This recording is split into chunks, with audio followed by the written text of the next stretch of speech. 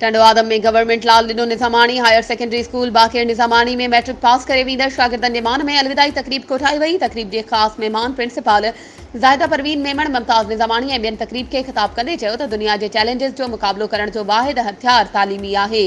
तंहिं करे असांखे पंहिंजे ॿारनि जी तालीम ते ख़ासि तवजा ॾियणी पवंदी। हुननि चयो त हाई स्कूल में घुरिबल ज़रूरतुनि जी पूराई लाइ हर मुमकिन सहकार कयो वेंदो।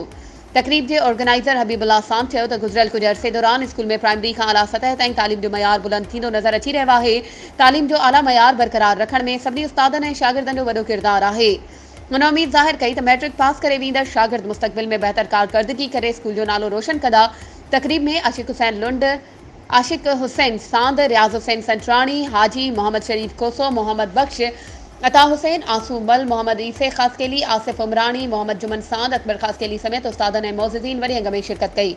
तकरीब में तालीमी वक़्त दौरान रवैयनि जज़्बनि ऐं तबियतुनि जे आधार ते मुख़्तलिफ़ शागिर्दनि खे टाइटल पाराया विया जॾहिं त राहत ऐं इंतिख़ाब बुर्दी खे मनिता एवॉर्ड ॾिनो वियो। वधीक ख़बरुनि ऐं अपडेट्स जे लाइ असांजे चैनल खे सब्सक्राइब कयो ऐं हा बेल आइकन खे प्रेस करणु न विसारिजो त जीअं असांजी हर नई अचण वारी वीडियो तव्हां ताईं पहुची